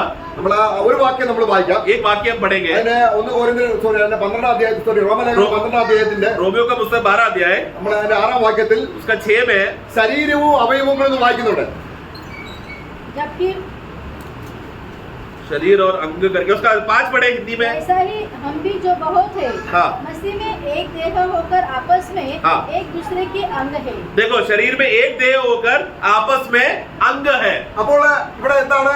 यहाँ पर क्या है? अभी നമ്മളെല്ലാം ഒരു ശരീരത്തില് हम लोग सब लोग एक देह के अंग है. अलग अलग अंग है. ഈ വിവിധ അംഗങ്ങൾക്ക് तो ये अलग अलग अंग लोग, ദൈവത്തിന്റെ ആത്മാവ് प्रभु का आत्मा ഓരോ അംഗത്തിനും एक एक अंगों को താലന്ത് മെഷർ കൊടുത്തിട്ടുണ്ട്. अपना माप के हिसाब से, विश्वास का माप के हिसाब से पवित्र आत्मा को माप से दिया गया है. അത് നമുക്ക് വേണമെങ്കിൽ അത് വായിക്കാം. ये तो जल्दी पढ़ेंगे. ആദ്യം 12 അധ്യായം റോമലേഖനം 12:6. 12 का 6 पढ़े. जबकि उस अनुग्रह के अनुसार हाँ. जो हमें दिया ഓക്കെ, गया है. ഇവിടെ നമ്മുടെ കർത്താവ് പറയാണ് तो यहाँ पर देखो क्या लिखा है. എല്ലാവർക്കും ഒരുപോലെ അല്ല. सबको एक समान नहीं है. ഒരാൾക്ക് പ്രവചനമെങ്കിൽ आगे पढ़ना. हमें भिन्न भिन्न वरदान मिले हैं. देखो, भिन्न भिन्न वरदान मिले हैं, परंतु आगे जिसको भविष्यवाणी का दान जिसको मिला है, भविष्यवाणी का मतलब सबको नहीं, हाँ. जिसको मिला है वो और विश्वास के परिमाण के अनुसार विश्वास के परिमाण का माप के अनुसार भविष्यवाणी ओके. करे. सिर्फ भविष्यवाणी करे. ഈ വിശ്വാസ പരിമാണം ആരാണ് കൊടുക്കുന്നത്? ये विश्वास का परिमाण का ये माप ये कौन दे रहा है? ആത്മാവ്. पवित्र आत्मा दे रहा है. അതാണ് 5 താലന്ത് അല്ലെങ്കിൽ 2 താലന്ത്. ये बात था. तो ये बात था, प्रभु वहां पर अपने दासों को, गुलामों को बुलाकर किसी को 5 टैलेंट दिया, मतलब 5 वजन का माप का अनुसार वाला विशेष का कार्य, आत्मा का माप उसको दिया ताकि ये कार्य वो करे. ഈ താലന്ത് എങ്ങനെ ഉപയോഗിക്കണമെന്നാണ് അവിടെ പ്രത്യേകിച്ച് ഇത് ആരാധനയോടുള്ള ബന്ധത്തിലാണ്. अभी ये किस रीति से इस्तेमाल करें ये हमें समझना है. और ये संबंध, ये सब आराधना के संबंध में जुड़ा हुआ बात है. എന്നാൽ ദൈവത്തെ ആരാധിക്കുന്നത് എങ്ങനെയാണ്? मतलब मैं प्रभु का आराधना कैसे करूंगा, അതിനും മെഷറുണ്ട്. उसका भी माप है. ചിലര് വളരെ ആഴത്തിൽ തങ്ങളെ തന്നെ സമർപ്പിക്കും. कुछ लोग बहुत गहराई से अपने आप को आराधना में समर्पण करते हैं. ചില ശരീരങ്ങളെ കൊടുക്കത്തില്ല. कुछ लोग अपने शरीरों को नहीं देता. അപ്പോൾ എങ്ങനെ ആ മെഷർ ഉപയോഗിക്കുന്നുണ്ടോ? तो फिर मतलब प्रभु का आत्मा का जो माप का काबिलता जो हमको दिया है हम लोग इस्तेमाल नहीं कर रहे. നിങ്ങൾ അറിയുന്നില്ലയോ? क्या तुम लोग नहीं जानते क्या? നിങ്ങളുടെ ശരീരം तुम्हारा देह भी പരിശുദ്ധാത്മാവിന്റെ മന്ദിരമാകുന്നു. पवित्र आत्मा का मंदिर है. പക്ഷെ നമ്മൾ അറിയുന്നു परंतु हम जानते हैं क्या? नहीं, हम समझ नहीं पाते वो बात को. ആ താലന്ത് ഉപയോഗിക്കുന്നില്ല. मतलब वो समझने का जो टैलेंट, जो वजन प्रभु ने हमको दिया, वो गुण, उसका इस्तेमाल नहीं हो रहा. അപ്പോൾ അത് എങ്ങനെ इसके लिए कैसा? വിശുദ്ധമായിട്ട് पवित्र रीति से യാഗമായിട്ട് अपने आप को बलि करते हुए സമർപ്പിപ്പി. समर्पण करे. അത് ആര് ചെയ്യണം? वो कौन करेगा? ഓരോരുത്തരും. हर एक जन. അതിന് പ്രതിഫലമുണ്ടെന്ന്. तो ऐसा करेगा तो उसका प्रतिफल है. അതിന് പ്രതിഫലമുണ്ട്. उसका प्रतिफल मिलेगा उसको. ആത്മാവിനെ തന്നിട്ടുണ്ട്.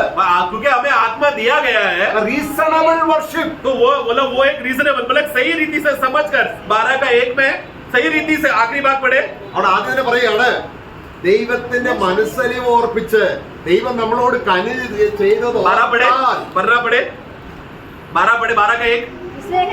इसलिए है भाइयों मैं तुमसे परमेश्वर की दया स्मरण देखो वहाँ पर पौलुस वहाँ पर प्रभु का दया को स्मरण करते हुए वो दया से भरा हुआ बातें बोलकर आगे विनती करता हूँ विनती करता हूँ कि अपने शरीरों को जीवित जीवित और पवित्र हाँ। और परमेश्वर को भावता हुआ बलिदान देखो तो आराधना कैसा होना चाहिए? परमेश्वर को भावने वाला सही रीति का आराधना होना चाहिए. यही तुम्हारी आत्मिक आराधना है। यही आत्मा का टैलेंट है. यस वही हमारा मतलब हाँ। सही रीति से प्रभु को भावते हुए करना है का सामर्थ प्रभु ने हमको दिया है. അങ്ങനെ താപ്പോട്ട് പിന്നെ അനേക കാര്യങ്ങൾ പറയുന്നുണ്ട്. और फिर हम लोग 6 का नीचे से पढ़ेंगे तो हाँ। एक एक गुण विशेषता वहाँ पर बोला है. ശുശ്രൂഷയെങ്കിൽ यदि तुम सेवा करे बाकी साथ ശുശ്രൂഷയെങ്കിൽ എന്ന് പറഞ്ഞിട്ട് പറയാണ് यदि सेवा है तो ശുശ്രൂഷയ്ക്ക് തന്ന അളവിനനുസരിച്ച് साथ का शुरुआत पढ़े. यदि सेवा करने का दान मिला हो दान मिला हो तो ശുശ്രൂഷ പറഞ്ഞത് എന്താണ്? आगे आगे तो सेवा में लगा रहे. तो मतलब उधर ऐसा आना चाहिए यदि सेवा का दान दिया है तो हाँ। सेवा का माप जितना मिला है उसी माप से तुम करो. ശുശ്രൂഷയിൽ എല്ലാം പെടും. मतलब यहाँ पर सेवा मतलब सब प्रकार का सेवा इसमें आता है. കർത്താവിനെ സേവിക്കുക. प्रभु को सेवा करना. സേവിക്കുന്നെങ്കിൽ यदि तू सेवा कर रहा है तो ഇടത്തിലല്ല शरीर में ना करे ആത്മാവ് തന്ന ദാനത്തിനനുസരിച്ച്. बल्कि आत्मा का वजन का मूल का जो माप तुमको दिया गया है उसके अनुसार हमें सेवा करना है. ഇത് കർത്താവ് വരുന്നത് വരെയും നിലനിൽക്കുന്ന देखो കൃപാവരങ്ങളാണ്. ये सब अभी जो हम लोग दानों के बारे में यहाँ पर जो पढ़ रहे हैं ये प्रभु का आगमन तक रहने वाला दान है. ये सब ഉപദേശിക്കുന്നെങ്കിൽ यदि तो सिखाने जाए तो ആത്മാവ് തന്ന ഉപദേശത്തിൽ അങ്ങ് കടന്നു പോകരുത്. കാരണം ചിലർ കാണിക്ക് ഉപദേശം പഠിച്ച് പഠിച്ച് അങ്ങ് ദുരുപദേശം പറയും. तो मतलब तो यदि तू उपदेश सिखाते समय में कैसा सिखाना? आत्मा के माप के अनुसार सिखाना. लेकिन बहुत लोग क्या होता है निरंतर नियंत्रण हो जाने की वजह से अपने अपना आइडियाज बता कर क्या हो गया उपदेश को दुरुपदेश बनाकर गलत बातें सिखाते हैं. നമ്മള് ജഡത്തിന്റെ പ്രവൃത്തികൾ വായിക്കുമ്പോൾ जब हम लोग शरीर के कामों के बारे में हम लोग गलती 5 में जब पढ़ते हैं ജഡത്തിന്റെ പ്രവൃത്തിയാണ് ദുരുപദേശം. जो शरीर का काम में से काम करने का बातें में से एक गुण है दुरुपदेश बोलना, ഭിന്നത, फूट लाना, നമ്മളെ असूയ, डाह. यस ഇതൊക്കെ കർത്താവ് തന്ന വരങ്ങളാണോ? ये सब प्रभु ने दिया हुआ दान है क्या? शरीर के काम. ये सब हमारे स्वयं का शरीर का खुद का हुनर का वजह से आया है. ये सब അതൊന്നും സഭയിൽ കൊണ്ടുവരരുത്. ये सब बातों को मंडली में नहीं लाना प्रियो. കർത്താവ് തന്ന ദാനം प्रभु ने जो दिया हुआ दान സ്വർഗത്തിലുള്ളത്, जो स्वर्गीय है, സ്വർഗീയമായത്, स्वर्ग से आया है, അത് ആത്മാവിന്റെ മെഷർ അനുസരിച്ച്. वो आत्मा का माप के हिसाब से അങ്ങനെ നമ്മൾ താപ്പോട്ട് वाയിക്കുകയാണെങ്കിൽ इस रीति से नीचे पढ़ते तक നമ്മൾ പ്രബോധിപ്പിക്കുന്നെങ്കിൽ यदि प्रोत्साहन करे तो 9 8 का 12 का 8 में എങ്ങനെ ആയിരിക്കണം? कैसा होना चाहिए? ആത്മാവിന്റെ ഈ താലന്ത് അനുസരിച്ച് आत्मा का इस भरा हुआ माप के अनुसार उसको प्रबोधन करना है. നമ്മൾ ഇഷ്ടം പോലെ പ്രബോധിപ്പിക്കുകയല്ല. मतलब अपना मन मर्जी से थोड़ा बातें बोले, लोगों को उत्साह करे स्वयं का बातों से नहीं. കർത്താവ് നമ്മളെ ഏൽപ്പിച്ചിരിക്കുന്ന ഉത്തരവാദിത്തങ്ങൾ प्रभु ने हमको दिया हुआ जिम्मेदारी അത് നിവർത്തിക്കാൻ उसको पूरा करने के लिए ആത്മാവിനെ തന്നു. आत्मा को दिया गया है. ഈ ആത്മാവിനെ തന്നതാണ് ഏറ്റവും പ്രധാനം. तो ये आत्मा हमें दिया गया है वो मूल्य बात है. അപ്പോൾ ഈ ആത്മാവ് നമ്മൾ വ്യാപരിക്കുമ്പോൾ जब आपका आत्मा ये कार्य करता है പിന്നെ നമ്മൾ താപ്പോട്ട് വായിക്കുകയാണ്. नीचे पढ़ते हैं ദാനം ചെയ്യുന്നവൻ यदि तू दान देते समय में നമുക്ക് ഇഷ്ടം പോലെ ദാനം मतलब ചെയ്യുകയല്ല. अपना मन मर्जी से मैं दान दूंगा ऐसा नहीं है. आत्मा के अनुसार मैं അങ്ങനെ നമ്മളെല്ലാം വായിക്കുമ്പോൾ इस रीति से सब बातों को जब देखते समय में ഈ സഭയെ ഭരിക്കുകയാണെങ്കിൽ अभी यहाँ तक कि मंडली को जब चलाने का विषय भी आता हो അതും ആത്മാവിലാണ്. वो भी आत्मा में करना है. കരുണ കാണിക്കുകയാണെങ്കിൽ यदि अगर दया दिखाना है तो തനിക്ക് ഇഷ്ടമുള്ളവരുടെ കരുണ കാണിക്കല്ല. मतलब मैं मेरे मनमर्जी के लोगों के ऊपर दया दिखाऊंगा और जिसको मैं पसंद नहीं करता उनको दया नहीं दिखाऊंगा ऐसा नहीं है. जैसा आत्मा नियंत्रण का आत्मा क्यों दिया है? दया करने के लिए. आत्मा में नियंत्रण हुआ तो दया करना ही पड़ेगा. അപ്പോൾ താലന്ത് മനസ്സിലായോ? तो टैलेंट क्या है मतलब वो वजन क्या है समझ गए ना? आत्मा को हमें दिया गया है वही है वो वजन वो टैलेंट. ബാക്കിയുള്ള കാര്യങ്ങൾ കർത്താവ് അവസരം തരികയാണെങ്കിൽ നമുക്ക് അതിനുള്ളതിൽ ചിന്തിക്കാം. और इसके विषय में प्रभु हमको जैसा जैसा समय देता है आने वाले दिनों में इस विषय में और गहराई से अभ्यास करेंगे. കർത്താവ് പരദേശത്തേക്ക് പോയി. प्रभु अभी अपना गांव में चला गया. തന്റെ സ്വന്തം ദാസന്മാർ मतलब फिर जाने से पहले प्रभु क्या बोला? अपने खुद के दासों को नजदीक बुलाकर प्रभु ने उनको आत्मा का वचन दिया. തന്നിട്ടുണ്ട്. ऐसा हर एक विश्वासी को मिनिमम एक तो दिया है. തന്നിട്ടില്ലെങ്കിൽ നമ്മൾ കർത്താവിനോ അവൻ ഭയങ്കര കഠിന ഹൃദയനെ എനിക്കൊന്നും തന്നില്ല. अगर नहीं दिया है तो फिर हमारा स्वभाव हम लोग फिर बोलना है कि मेरा मालिक बहुत कठोर है, वो मुझे कुछ भी दिया नहीं, ऐसा बोल सकते हैं. അവർക്കൊക്കെ കൊടുത്തു. उन लोग को तो दे दिया, അങ്ങനല്ല നമ്മുടെ കർത്താവ്. परंतु हमारा प्रभु ऐसा कठोर नहीं है. തന്റെ ദാസന്മാരെ വിളിച്ചു. अपने खुद के दासों को गुलामों को बुलाकर, രക്തം കൊടുത്ത് വിലയ്ക്ക് വാങ്ങി. मतलब ये वो गुलाम है जिनको प्रभु ने अपना लहू बहाकर मूल दाम देकर खरीदे हुए गुलाम. നമുക്കെല്ലാവർക്കും हम सभी हर एक विश्वासियों को ദാനങ്ങളെ തന്നു. प्रभु ने अपना दान दिया. വിശ്വസിക്കുക. ये बात को विश्वास करें. ആത്മാവ് നമുക്ക് കൂടുതൽ ബോധ്യപ്പെടുത്തും. ये विषय का गहराई को आत्मा हमें और प्रकट करके दे प्रियो. ഇത് നമ്മുടെ നിത്യതയുടെ ഭാവിയെ ബാധിക്കുന്ന കാര്യമാണ്. ये विषय आज जो हमने सुना ये हमारा अनंत काल का प्रतिफल मिलने के संबंध में जुड़ा हुआ है. നമുക്ക് ദാനങ്ങളെ തന്ന ദൈവത്തിന് സ്തോത്രം. उस प्रभु का हम धन्यवाद करें जो हमें अवर्णनीय दान को हमें देकर हमें चला रहा है. പറഞ്ഞു തീരാത്ത ദാനം. ये अगम्य दान, मतलब जितना भी बोलेगा तो जितना भी ढूंढेगा तो नहीं मिलने वाला ऐसा बड़ा दान प्रभु दिया, उसके लिए धन्यवाद. നമ്മൾ എത്ര പദവിയുള്ളവരാണ്. हम लोग कितना पदवी के अधिकारी लोग हैं. हम लोग നമ്മളെ എത്രമാത്രം കർത്താവ് ഉയർത്തി വെച്ചു. प्रभु ने हमको कितना ऊंचाई में बिठा के रखा है प्रियो. ഇതെല്ലാം സൗജന്യമായി തരികയാണ്. ये सब मुफ्त में प्रभु ने दिया है. കർത്താവ് നാമം മഹത്വം. प्रभु का नाम का महिमा हो. आमीन.